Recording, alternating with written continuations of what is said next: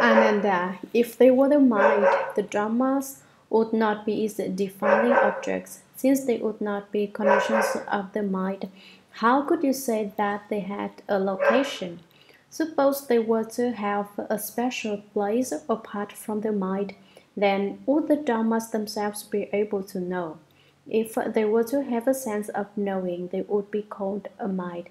If they were something other than you, they would be someone else's mind, since they are not defining objects. If they were the same as you, they would be your mind, but how could your mind stand apart from you? Suppose they were to have no sense of knowing, yet these defining objects are not forms, sounds, smells, or tastes. They are neither cold nor warmth, nor the characteristic of emptiness. Where would they be located? We have established that they are represented in neither form nor emptiness, nor is it likely that they exist somewhere in the human realm beyond emptiness, for if they did, the mind could not be aware of them. Hence, then, would they arise? Therefore, when then would they arise? Therefore, you should know that neither Dhammas nor the mind has a location, and so the two places of mind and Dhammas are empty and false. Their origin is not in causes and conditions, nor do their natures arise spontaneously.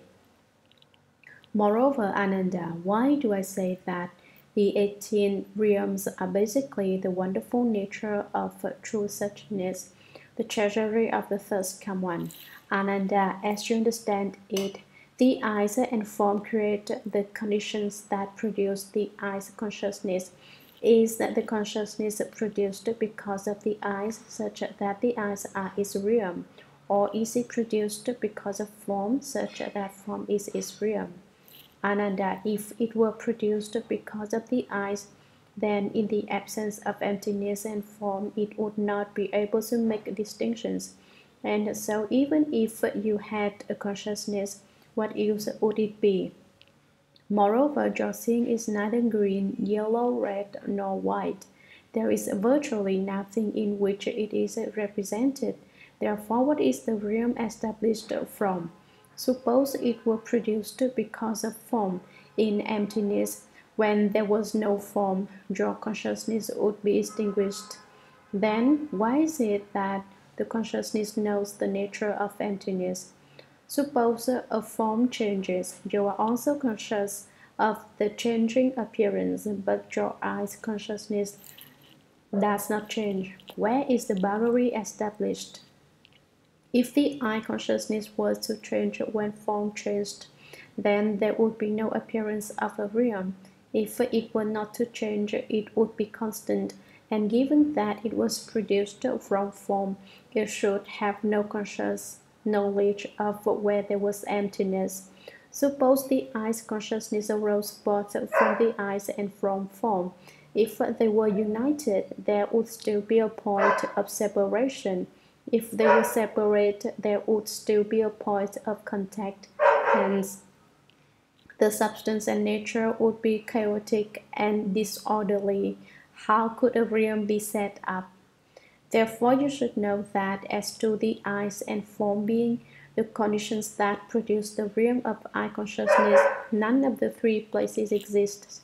Thus, the three aspects of the eyes, form, and the form realm do not have their origin in causes and conditions, nor do their natures arise spontaneously.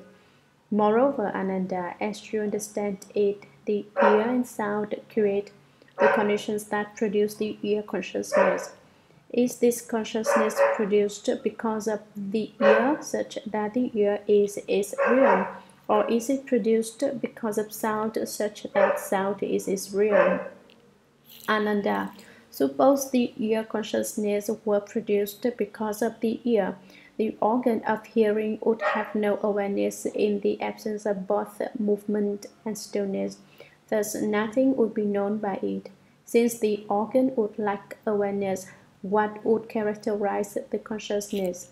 You may hold that the ears hear, But when there is no movement and stillness, hearing cannot occur. How then could the ears, which are but physical forms, unite with the external objects to be called the realm of consciousness? Once again, therefore, how would the realm of consciousness be established? Suppose it was produced from sound. If the consciousness existed because of sound, then it would have no connection with hearing. Without hearing, then the characteristic of sound would have no location. Suppose consciousness existed because of sound, given that sound exists because of hearing, which causes the characteristic of sound to manifest, then you should also hear the hearing consciousness. If the hearing consciousness is not heard, there is no realm. If it is heard, then it is the same as sound. If the consciousness itself is heard, who is it that perceives and hears the consciousness? If there is no perceiver, then in the end you would be like grass or wood. Nor is it likely that the sound and hearing mix together to form a realm in between. Since a realm in between could not be established, how could the internal and external characteristics be delineated? Therefore, you should know that as to the ear and sound, creating the conditions which produce the realm of the ear consciousness, none of the three places exist.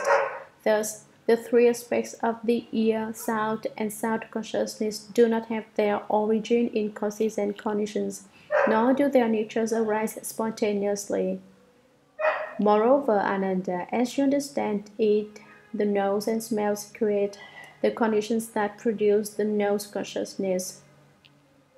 Is this consciousness produced because of the nose, such that the nose is a realm, or is it produced because of smells, such that smells are its realm?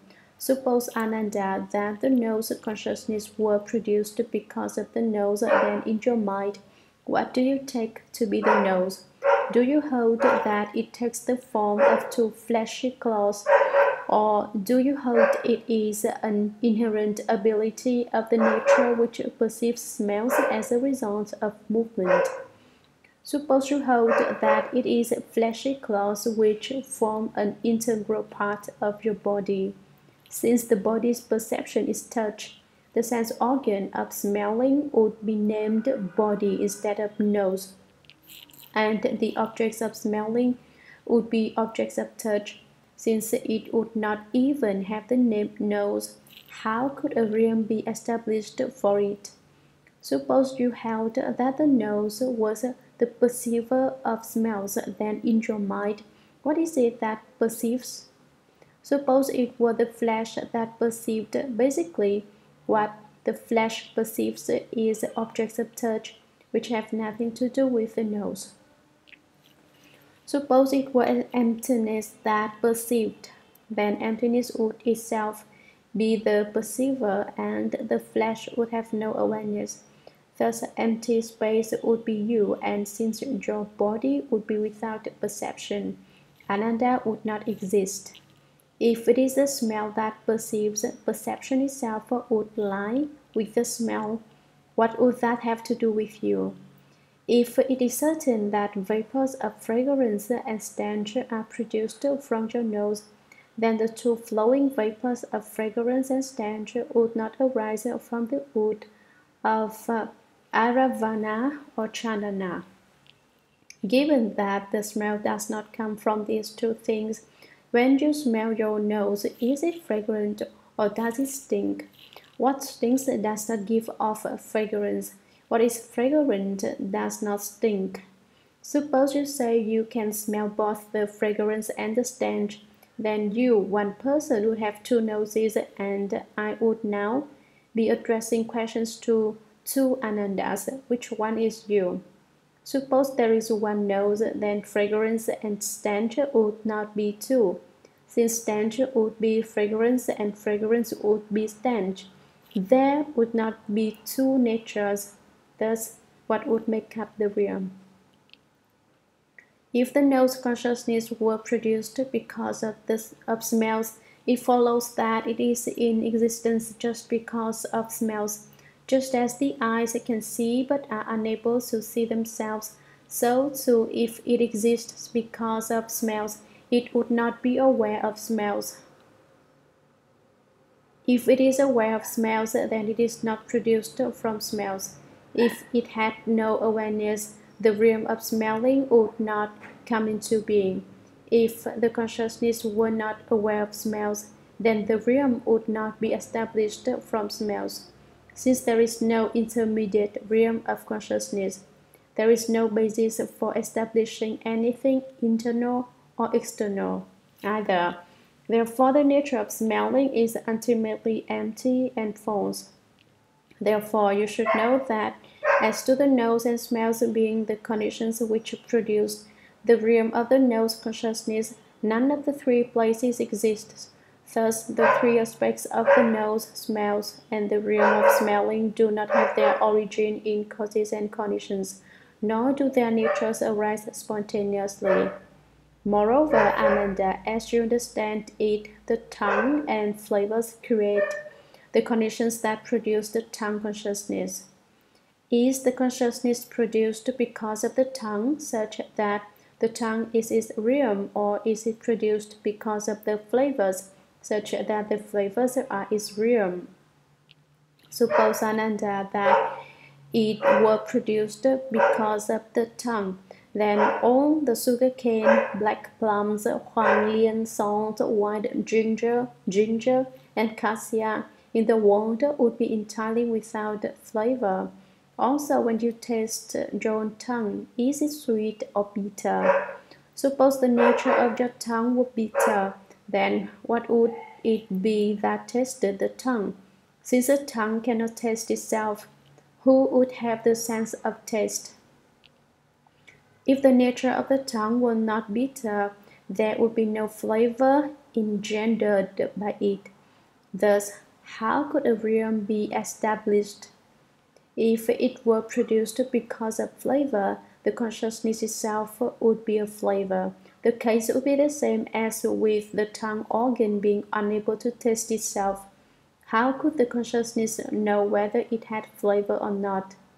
Moreover, flavors do not all come from one thing. Since flavors are produced from many things, the consciousness would have many substances.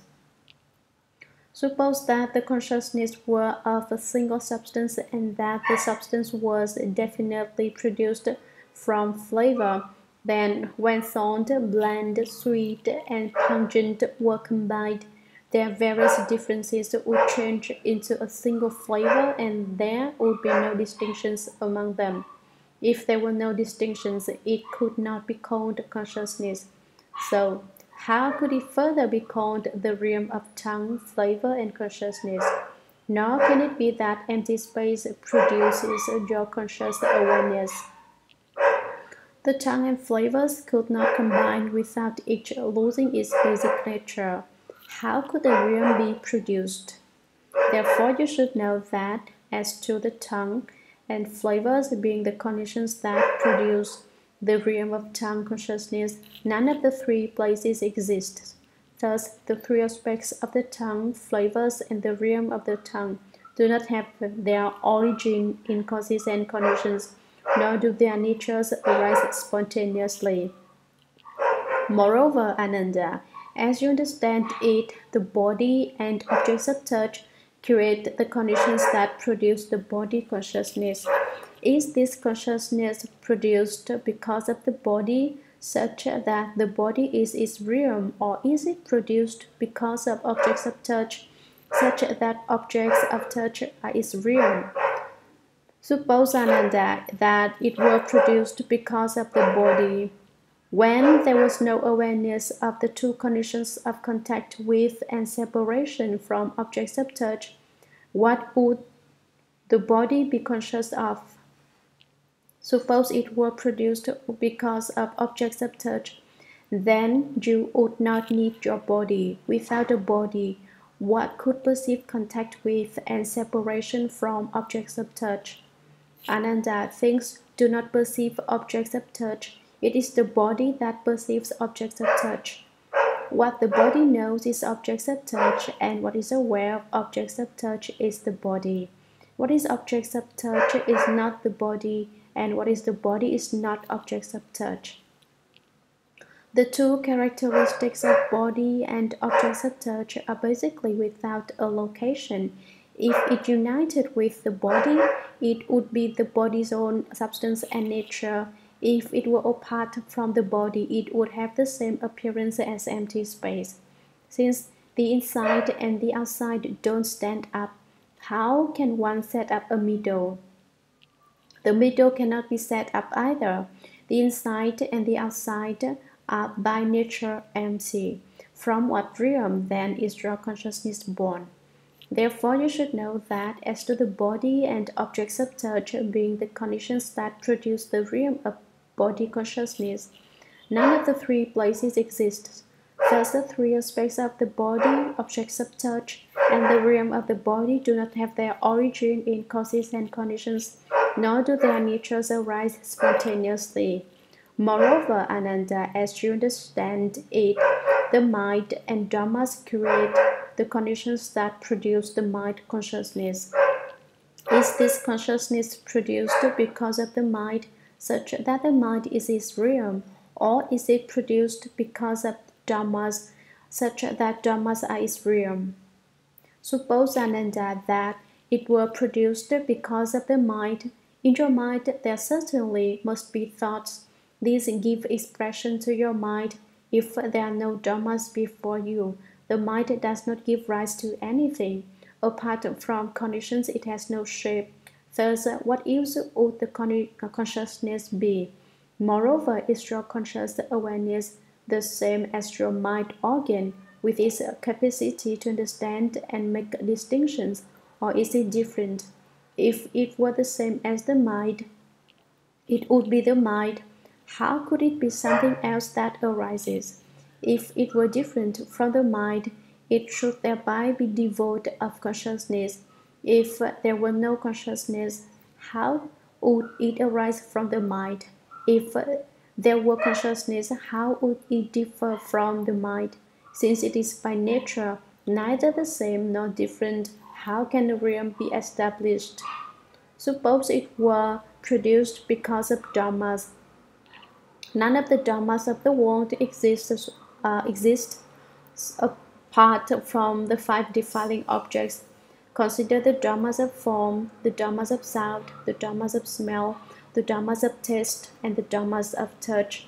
Each has a clearly distinguishable appearance and is merged with the one of the five organs. They are not what the mind takes in. Suppose your consciousness were indeed produced through a reliance on dhammas. Take a close look at them now. What does each and every dhamma look like? Underlying the characteristics of form and emptiness, movement and stillness, penetration and obstruction, unity and separation, and production and extinction, there is nothing at all. When there is production, then form, emptiness, and all dhammas are produced. When there is extinction, then form, emptiness, and all dhammas are extinguished. Since what is causal does not exist, if those causes produce the consciousness, what appearance does the consciousness assume? If there is nothing discernible about the consciousness, how can a realm be established for it? Therefore, you should know that as to the mind and dhammas being the conditions that produce the realm of the mind consciousness, none of the three places exists. Thus, the three aspects of the mind, dhammas, and the realm of the mind do not have their origin in causes and conditions, nor do their natures arise spontaneously.